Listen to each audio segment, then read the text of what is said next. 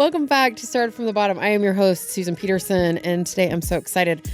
I have Kristen Seninger. Is that right? Seninger in studio. Kristen is a 25-year-old lifestyle content creator based out of San Francisco. She has a Bachelor of Communications degree from BYU and has been working in marketing ever since. Kristen, welcome. Thank you. Thanks for having me. I'm so happy you're here. I know. So am I. I was starstruck when you DM'd me. You're out of control. It's full circle. It is full circle. Tell me how it's full. When I was taking a class at BYU, you came and spoke. And entrepreneurship class? Yes. It was something like that. In the Tanner building? Yeah. And you were talking all about your business. And I had notes in my phone still from when you spoke. Stop it. Like I still have them in my phone.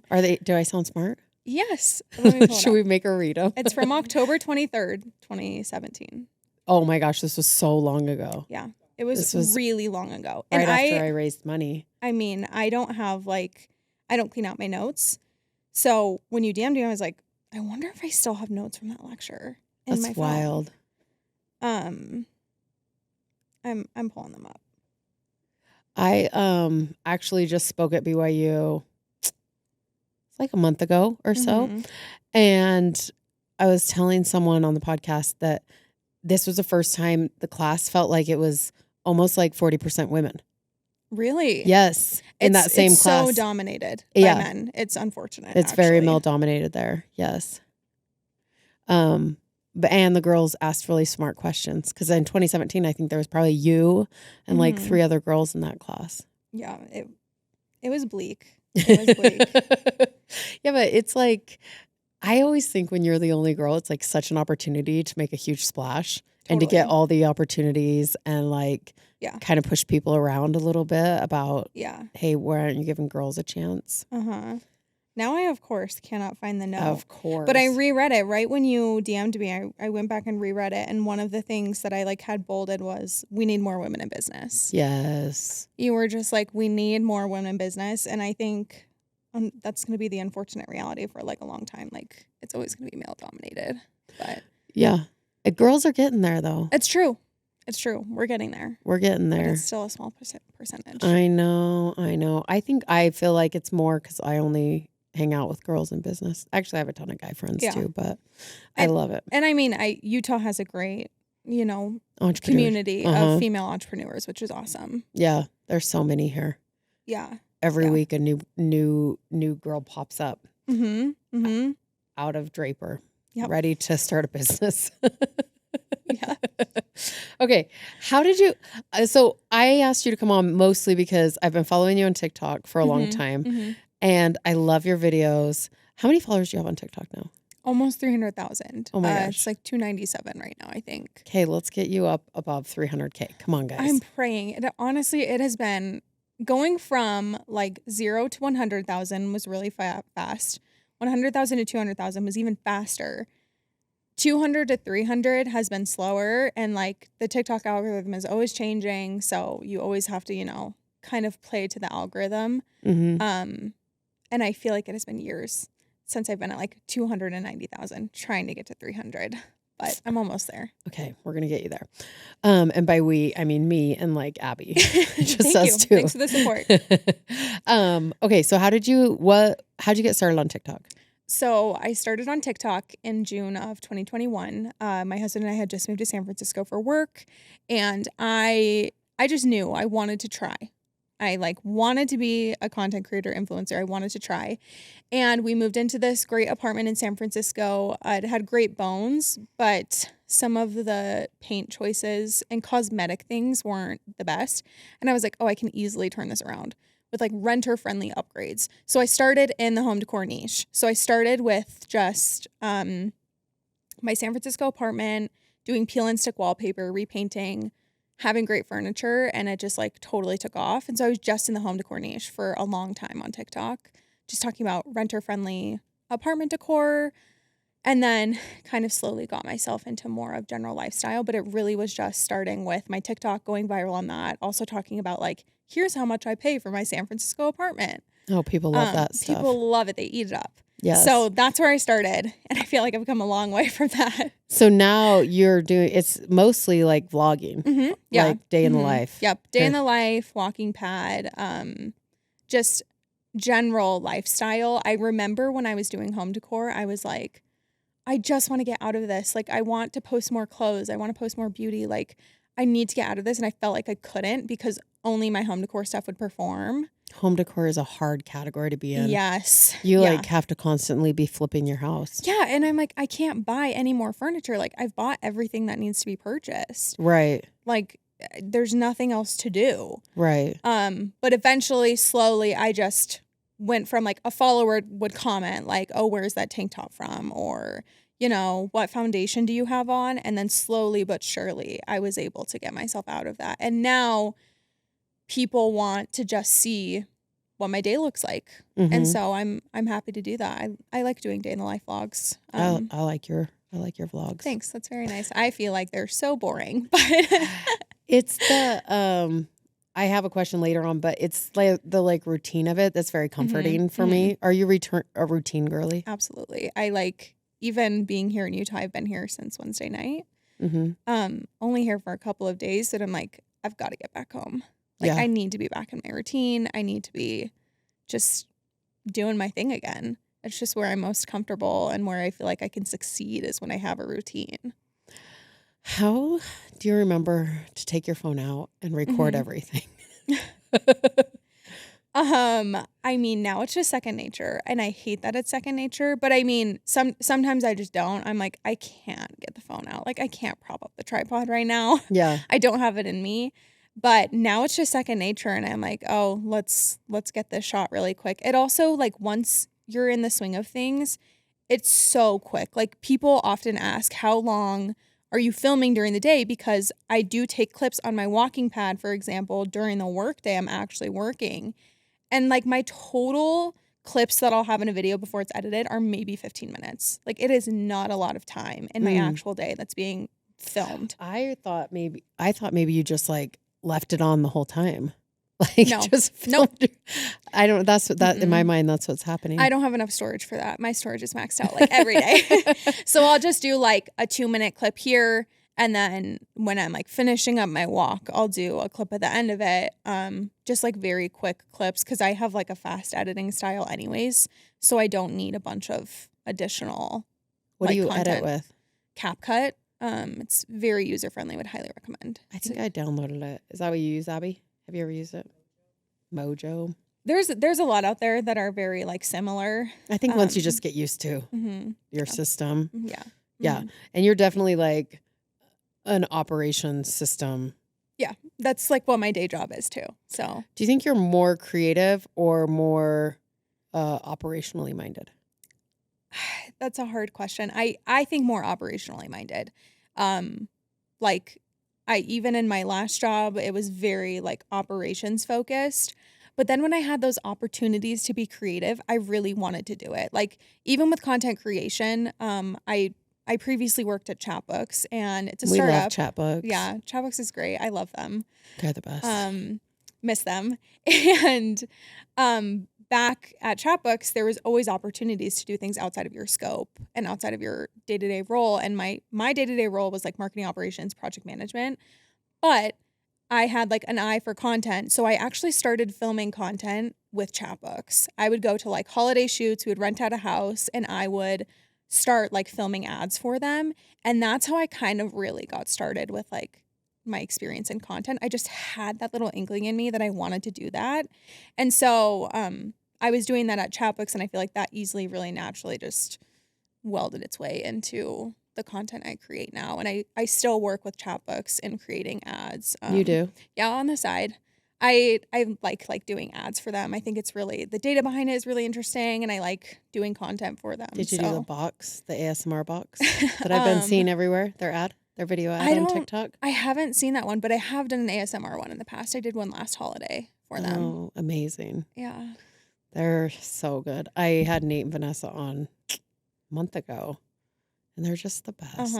They really are. Yeah. And it's a good testament to them as bosses that after an employee leaves, you're like, love them. Oh, yeah. Their culture is so good. Yeah. The culture is incredible. They hire like really great people. Like I still talk to, my best friend was at Chatbooks, and I still talk to, you know, my team that I used to work with all the time. We still have Did like you a work group with chat. Emily? Yes. Emily. Oh, I'm so jealous. Emily is like my biggest supporter, and I love her, and she is like my mentor. Like she taught me everything I know about like being a hard worker and marketing, and she's number one. Like Emily, if you're listening, I'm gonna send her this. She's so good at copy. yes. Like never met anyone better at copy than Emily. And then just like the funniest person you've ever met in your life. Yep.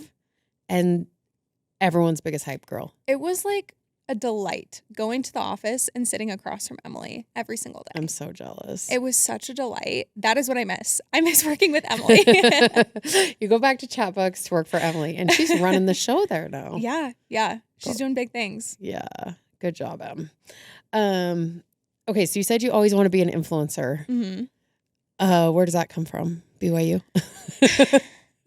Honestly, I actually don't even know if it's like, I mean, a lot of influencers come out of Utah, and I don't even know if it's that, but I've just always loved like sharing things I love with other people. And I think it just kind of came from that. I like knew that I had to try at some point. And when I actually was at Chatbooks, it was my last lunch with my team before I was leaving. And we were talking about goals. And I was like, I'm going to get to 10K on Instagram. I'm just going to try. Like, I am just going to put everything into it, and I'm going to try and see what happens. And I tried, and it's worked so far. What are you at on Instagram now? I think 128,000. Jeez, that's good. The growth has been crazy. Thank you, Instagram Reels. Also, like, people don't grow on Instagram lately. Yeah. So that's really amazing. I finally hit 17K after like a year and a half of sitting at 16.9. So, you know, there we go. You gotta post Reels. I think it was your follow that pushed me over the edge. Really? No, I don't know. I know I need to post Reels. We actually have so much content here banked. It's just, well, this isn't about me, but this might be relevant to someone. I don't want to start my own podcasting account. Like, how lame. I just don't want to manage 2 accounts. But I also don't want my personal account to become podcasting. Yes. Yeah. So I need to, so Abby and I talk about it all the time. I have a plan. I need to execute against it. But I don't. Don't worry. I have a list of a lot of things I need to execute against. How do you organize your content? That is like one thing that's actually ironic, that like the queen of like having an organized life, my content, like last year I used to batch a ton of content in one day. I could batch like 15 videos in a day and then have content for the next 2 weeks. Now I can batch like 5 in a day and have content for like a week. But since I'm doing day in the life stuff, like I have to shoot stuff that day and then turn around the edit super fast and post it that night or the next morning. So I don't have a ton banked right now. And I kind of just like sometimes fly by the seat of my pants. I'm like, all right, what am I posting on Instagram today? Like, what's going on with stories? Also, with the algorithms, you kind of have to you can't bank too much. Yeah. Yeah. Right. And with trends, yeah. Yeah, because you are, I imagine when you say project manager, like scrum master of the marketing team. Yeah. So you're keeping everyone in line. They have to follow the content calendar, the editorial calendar. Yeah. Where's this deliverable? It's due by end of day today. Meanwhile, for your own self, you're like, I'm like, get off my back, Kristen. Yeah, it's pretty ironic. I mean, you can't be perfect in everything. Talk to me about like growing up. Have you always been like entrepreneurial? Yeah, I have a lot of, my siblings are all very entrepreneurial as well. You know, all with their own unique ideas. How many siblings? I have 4 siblings. Boys, girls? 1 sister and 3 brothers. And like my parents always just like, I always had a job in high school. I had a job through college. So I've always worked, and my parents really did teach us how to work hard and like how to have a good work ethic. And I think that has just like shown its way through in college. I mean, I had my spray tan business. Son Chris Tans was doing great when I lived in Utah. Is that what you did? Yeah. Oh yeah. You taught your husband how to spray tan. Oh yeah. And he tans you now? Yeah. That was kind of like when we were dating. I was like, he's got to be chill with like getting a spray tan at some point. Now he doesn't really get them, but like he has to be aligned with this because it's not going to work out. Yeah, tan is a lifestyle. It is. It definitely is. Yeah. So you would just like take your tent, run over to people's house, set up. Yeah. So, oh my gosh. So I got started with spray tans. I think that's where I really started to learn like, okay, I can do something on my own. I can like be a businesswoman. So I got spray tan equipment right before I moved to college. My parents bought it for me. They call themselves the OG angel investors of 100%, of my, career, because they paid for my $300 spray tan equipment when I couldn't afford it. Yes. And I went to Provo, and Provo is just like the mecca for spray tans. And I was living in the Village. Yeah. And so the Village is like tons of girlies there want spray tans. Yes. So I just started spray tanning out of my apartment. And I was booked and busy. And then for the next 5 years while living in Utah, it just grew and grew and grew. And actually, when we were moving to San Francisco, part of the reason I wasn't really hesitant about moving, but the one thing that was holding me back was my spray tan clients. I was like, first of all, I can't let go of this client list. I have this huge clientele that like I'm just throwing away that I worked so hard to build. And I also just like was so connected to my clients. I had such loyal clients, and I really grinded those 5 years. Like I worked my 9-to-5 job, and then from 5 to 11 p.m., some nights midnight, I was spray tanning. Out of your house, or you'd go other out of places? My house. I would do house calls, but most girls just wanted to come to me, and yeah, I just. So you're working at Chatbooks full time, and spray tanning on the Mm-hmm. side. Mm-hmm. Wow. Why didn't you open like a little spray tanny salon or the overhead? Yeah, you're right. Yeah, because you can't. How much you charge for a spray tan? In Utah, I started at 15 and then raised to 20.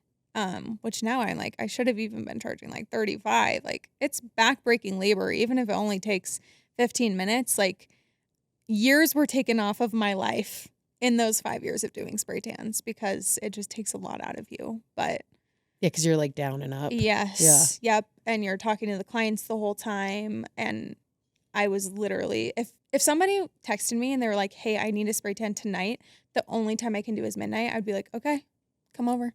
I had zero boundaries. None. Yeah, but you like people, right? Mm-hmm. Yeah, I do. How does that work then? You work from home? Mm-hmm. That's a great question.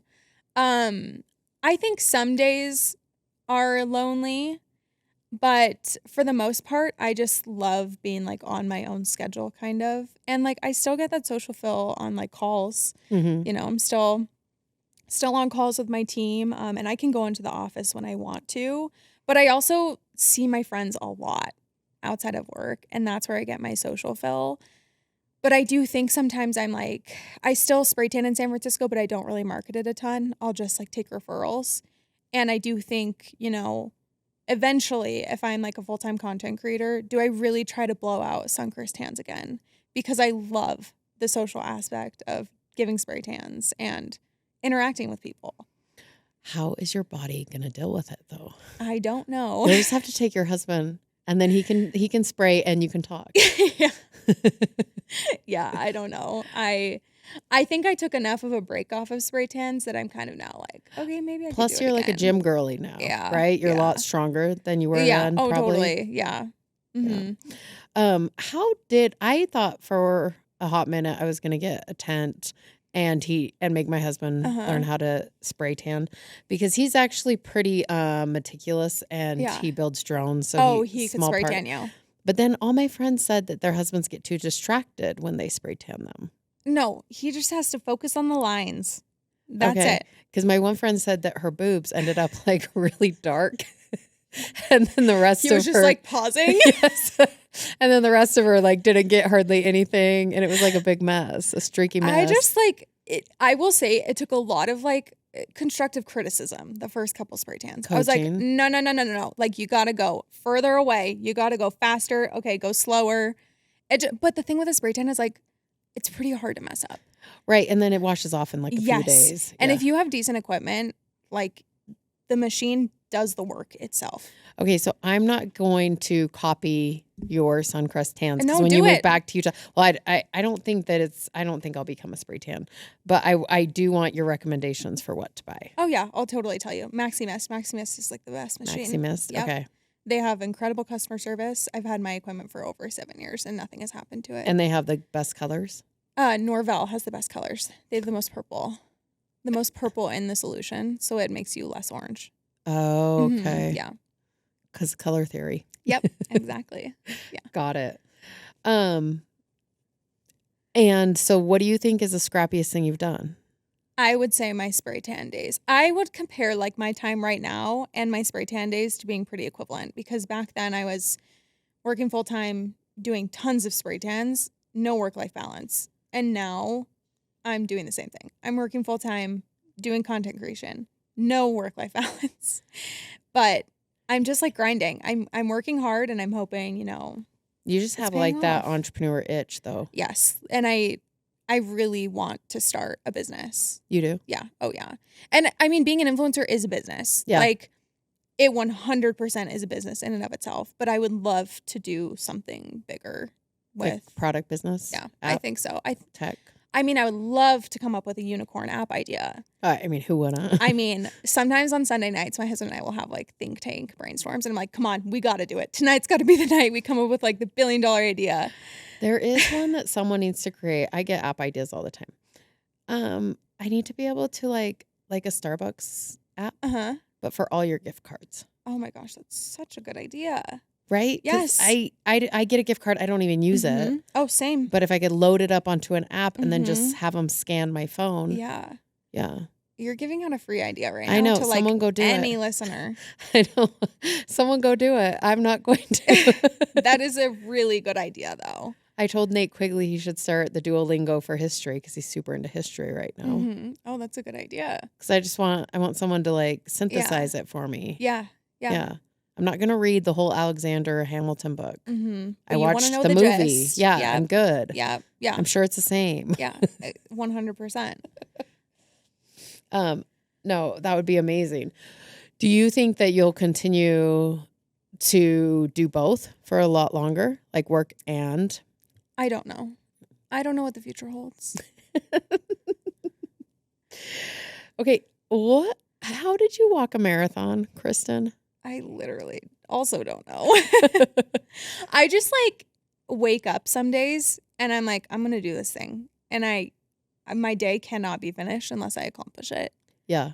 There's something in me that's like, I have to do this hard thing. How many hours did you walk total? Like 8 hours.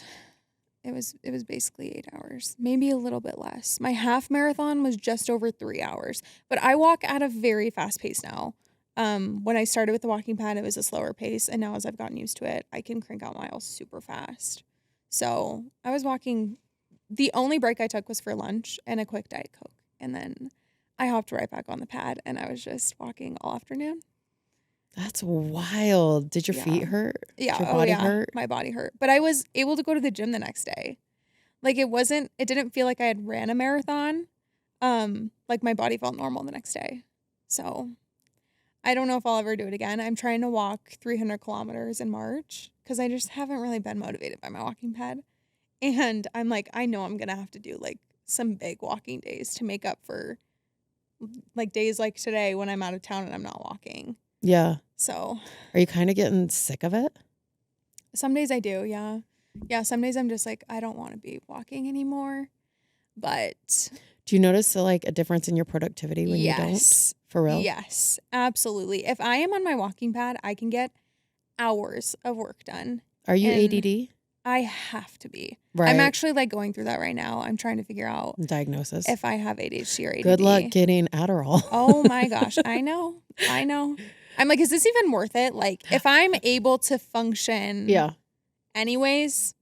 I have ADD and I have an Adderall prescription, but I never take it. No one come and steal it because I don't have any in the house. But I actually prefer to just hack it like through other Yep. stuff. I don't really like to take the medicine. Yeah, I don't like taking a lot of medications, and so I'm like, okay, if I've been able to be functioning for this long, and if I have resources and tools like my walking pad or, time blocking, things like that, and I can, still be really successful and good at my job, then it's fine. Yeah. So, but yeah. When did you get your walking pad? I got it January of last year. So I've had it for just over a year. Oh, really? Yeah. That's when I found you. Really? Yeah, those were the OG walking days. Yeah, the walking and then your Diet Coke break. Yeah. With the glass straw. I'm like, this feels like top tier. It really aesthetic. is. It is. Like what the Diet Coke break was like, yeah. It's a great reset in the middle of your workday. I know. I love a Diet Coke. Same. I'll never, ever kick the Diet Coke. And I think it's fine. Everything in moderation. We had our my functional medicine guy in yesterday. And I've gotten in so many fights about him because like caffeine is actually terrible for you and like the sweeteners and stuff and soda. And I'm like, I just can't imagine a life where I'm not having a fun drink. Same. It's really not worth it, I don't think, to get rid of 100% because like I don't want to be miserable. Well, and with ADD, what I was telling him is I like manage it through my caffeine intake. Yep. The caffeine helps. I need it first thing in the morning. Yeah, he's like, I'd rather have you have caffeine than Adderall. Yeah. Like, so I felt like it was a green light. What'd you think, Abby? Josh read? Yeah, it was like a green light. Like, go ahead. Yeah. I will say the caffeinated greens that I'm slinging day and night, they are life-changing. Like life-changing. They have the perfect amount of caffeine for me. It is like being medicated first thing in the morning. It's great. I love Lisa. Have you met her? I have not, but she actually has been like, in a way, a really big mentor to me and like this influencing thing. And we DM multiple times a week and she is incredible. I will support her forever. She came to, we had a influencer event at the Padres game. And she came out to it, and we were actually talking about you there. Oh my gosh. Because I was like, I've seen that walking pad girl, I didn't know your name at the time, do the greens. And she's like, oh my gosh, she's so good. And she just had nothing but nice things to say about you. Sweet. She's amazing. I will say, I believe in those greens. Like, they are delicious. I can't go a day without them. And I do drink less Diet Coke because of them. But I'll still always have a little Diet Coke break every day. Yeah, it's like a reset, like you said. Yeah. Okay. What is your vision for yourself and what you're doing? I don't know. It's interesting because as a creator, like your biggest metric, one of your biggest metrics is always growth. Like back, a year and a half ago, my goal was 10K on Instagram. Well, a year and a half later, I'm now at 128,000. And I'm like, okay, my goal for this year is 300K on Instagram. And on TikTok, like my goal for the year, I was like 1 million.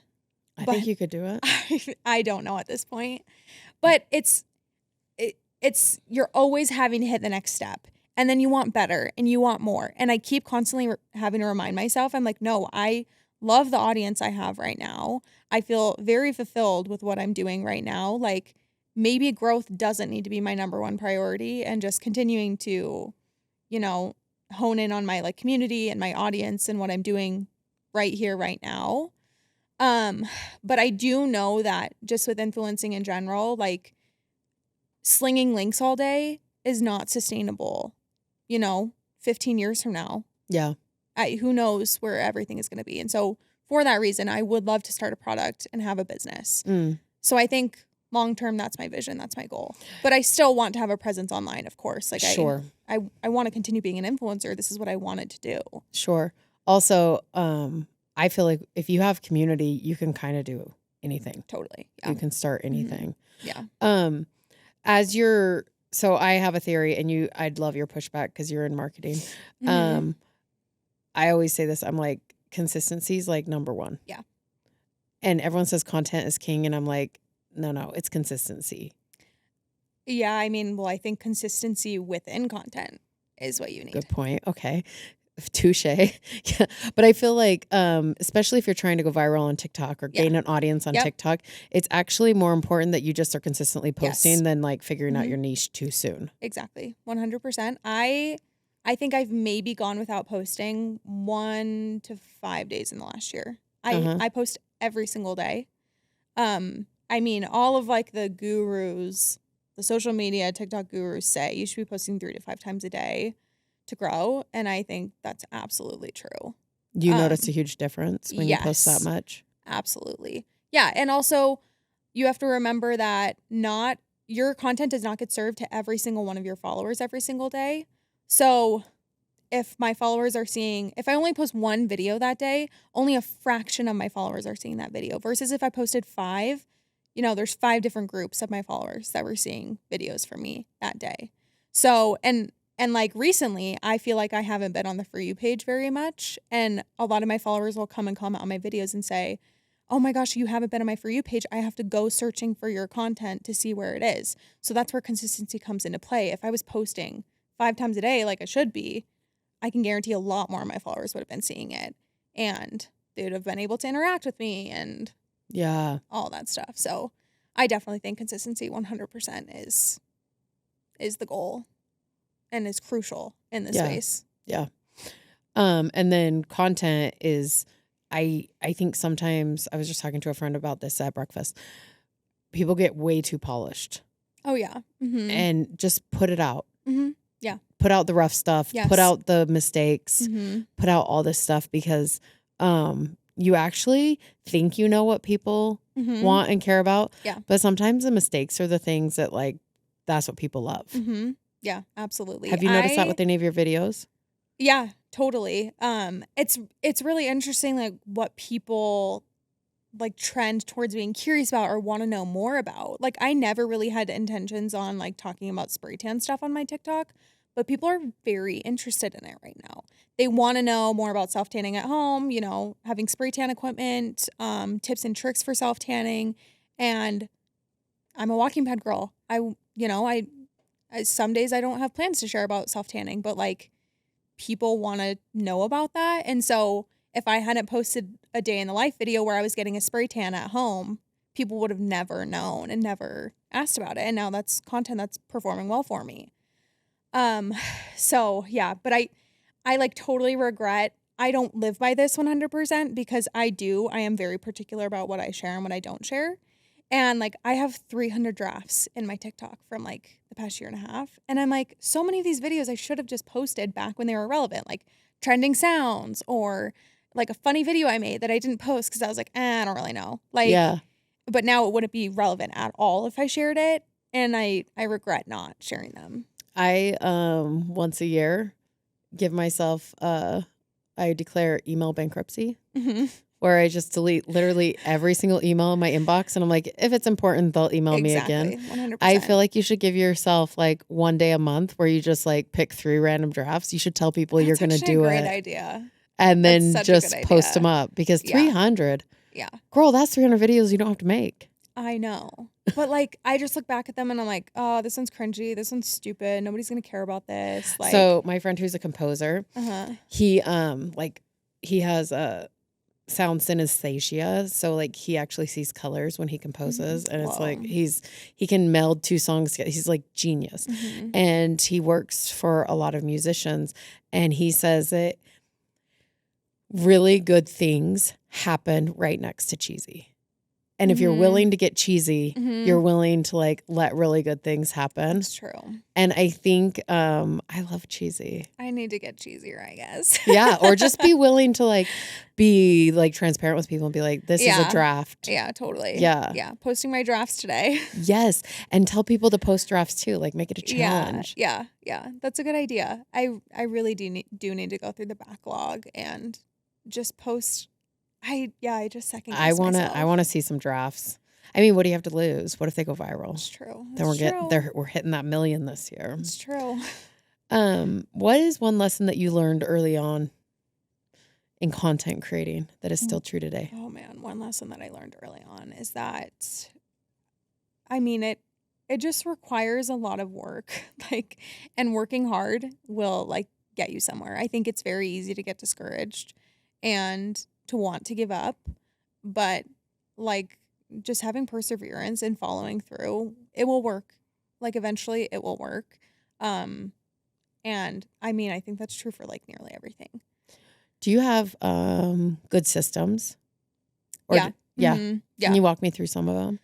Just in regards to content creation. Yeah, I would say, I mean, first thing in the morning, especially because I am working a full-time job, I have to have time to like dedicate to DMs, and then I have to have time to dedicate to going through comments. And then, so normally I wake up between like 7:30 in the morning, make my greens, Yes, and then have my time where I just scroll through DMs and try to answer as many DMs as I can.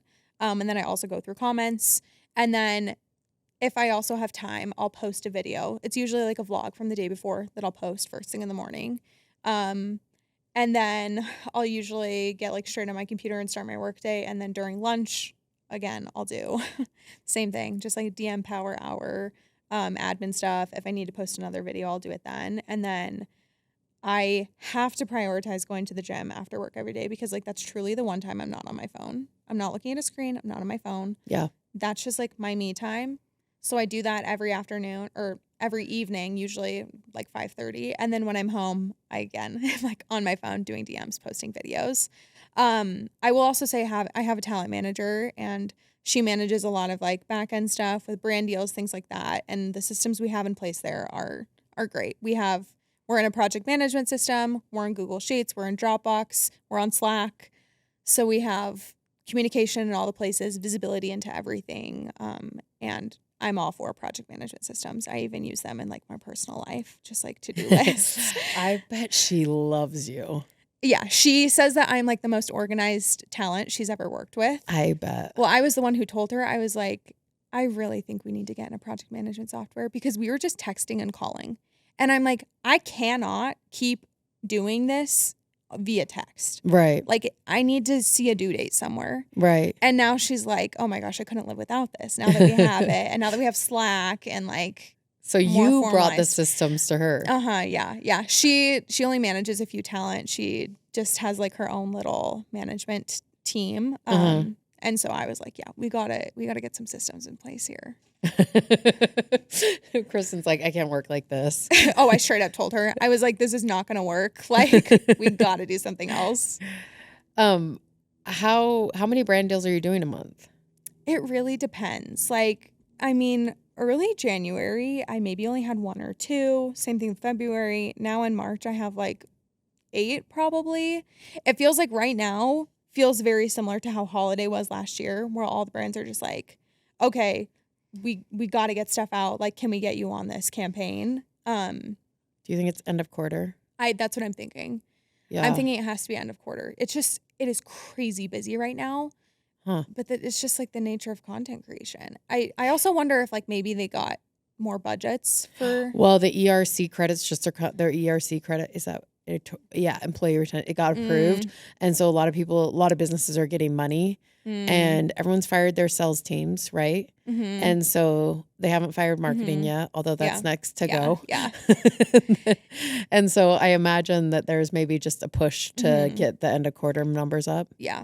Yeah, I wonder. It's probably what it is. It's interesting because, you know, starting 2023, nobody knew what was going to happen. We still have this looming recession. Like, and especially with content creation, that's where budgets are getting slashed. Yeah. Or at least that's where we thought budgets were going to get slashed. And they still might this year. Yeah. We have no idea what's going to happen. Because it's kind of, if you're running a marketing team and it's like, are we going to pay for ads? Are we going to pay content creators? It's like, well, let's pay for the guaranteed ROI.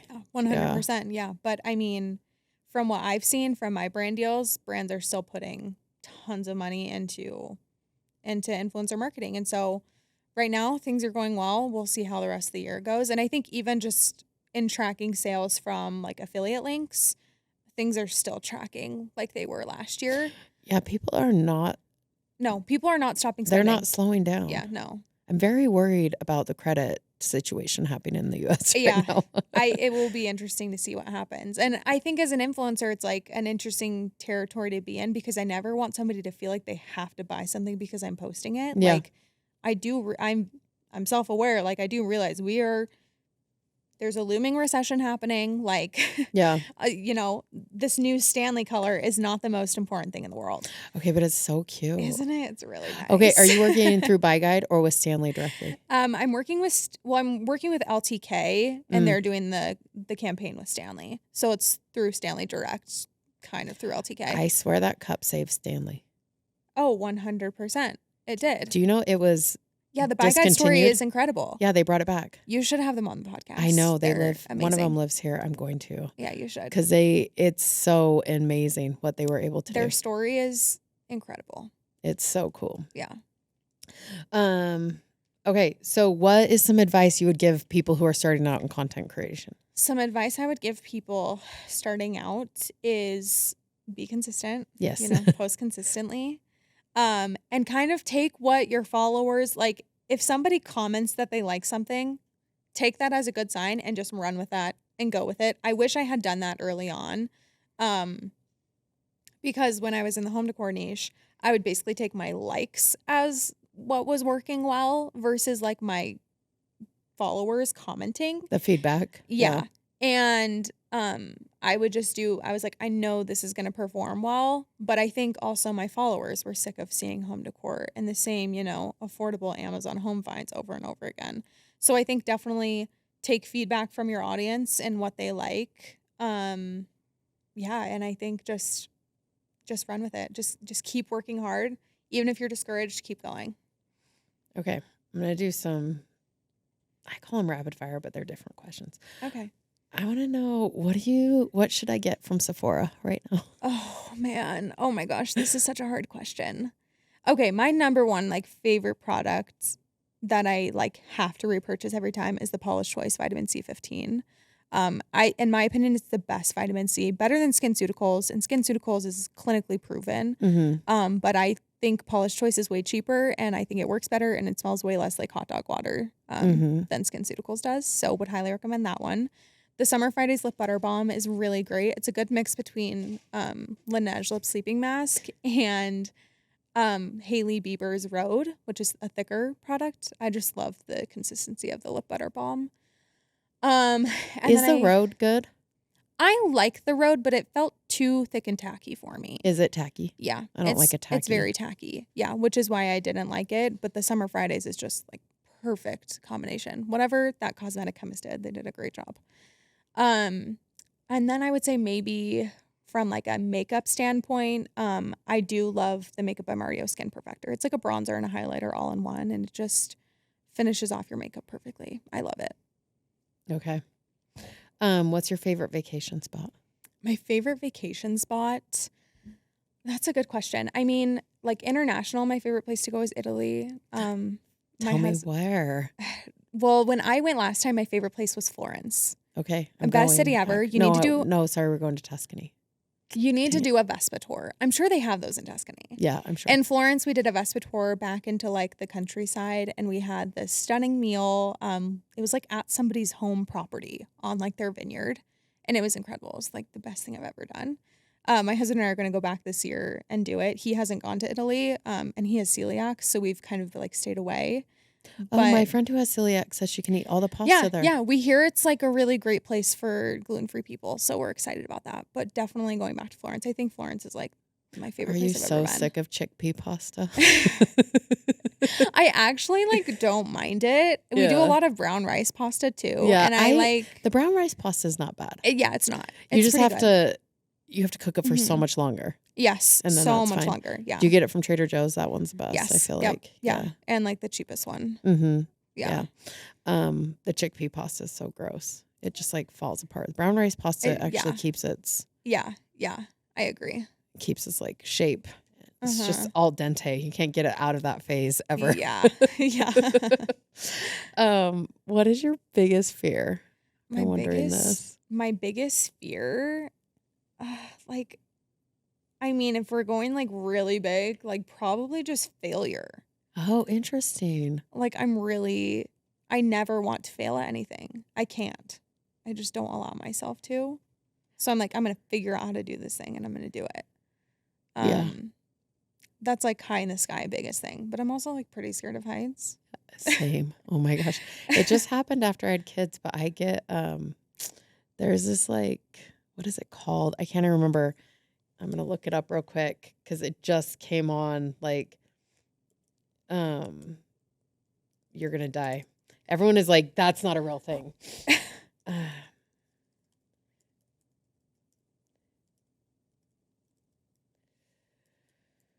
So it's called The Call of the Void. Mm-hmm. And when I get up high, I feel like I need to jump.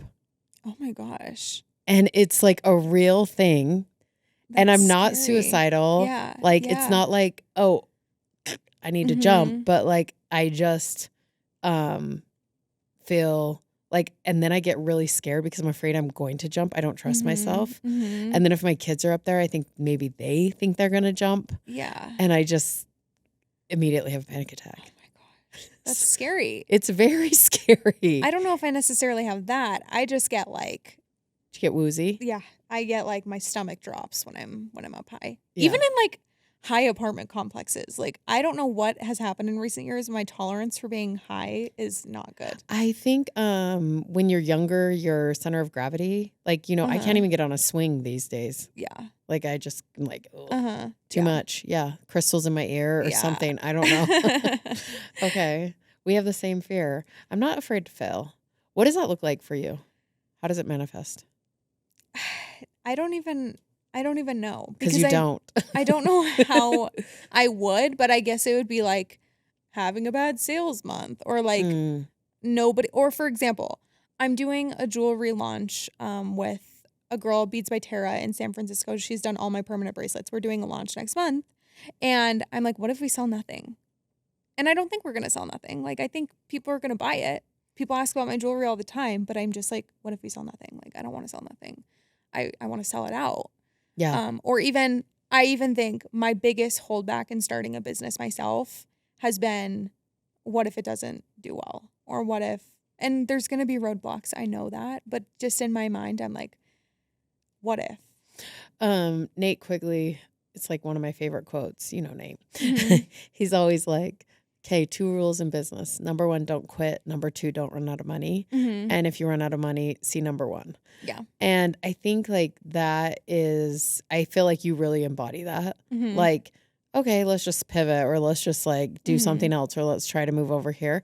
And so I don't think you're going to fail. And the jewelry's going to kill it for sure. Let's hope. 100%. Yeah, I hope. Back in my spray tan days, I'm so mad at myself now looking back, and I try to remember this, especially as I enter this new phase of wanting to start a product. I had a very successful like clientele, and I was like, I just need to start my own product line. Like, let me just start my own solution and my own self tanner. And at the time, like Isles of Paradise wasn't even really a thing. Tanlux was not a thing yet. Right. And like there were none of these facial self tanners, and that's what I wanted to develop. And I had a guy in Pleasant Grove who was going to develop it. He's like, okay, but if we do this, we need to create we would have to do a run of like 2,000 products. And I was like, I don't know. Like, I just basically said, I don't know. And I didn't go through with it. And to this day, I'm so mad because I'm like, I know I would have done something with that. And I had a good idea, but I just was like, I don't know. Yeah. And I'm so mad at myself now. Yeah. Do you feel like that has carried over where you go for stuff because of that now? Yeah. I definitely try to keep it in mind, and I'm like, look, I can just try this thing, and if it doesn't work out, I'll pivot. Yeah. But no longer. It could have been you. Isles of Paradise could have been you. It could have. I could have been on the shelves at Sephora. It's not too late. Everyone's always like, do you think that space is full? And I'm like, no. No, everything is always evolving and changing, and I'm so young. I feel like I have a lot of time to still figure that out. So much time. Yeah, you're a baby. Are you an early bird or night owl? An early bird. Same. I hate when I have a wasted morning. If I wake up late, I'm like, my day is gone. Do you like to sleep in sometimes? Sometimes, yeah. But I mean, even now, my body will just be up at like 8 a.m. Like, okay, ready to go. Let's go. Where's our caffeinated greens? Yep. Any good books you've read lately? I have not read a lot lately. I haven't had time. But now that Daisy Jones and the Six is out, I just remember how good of a book that was when I read it. I could not put it down. But I love like a light beach read.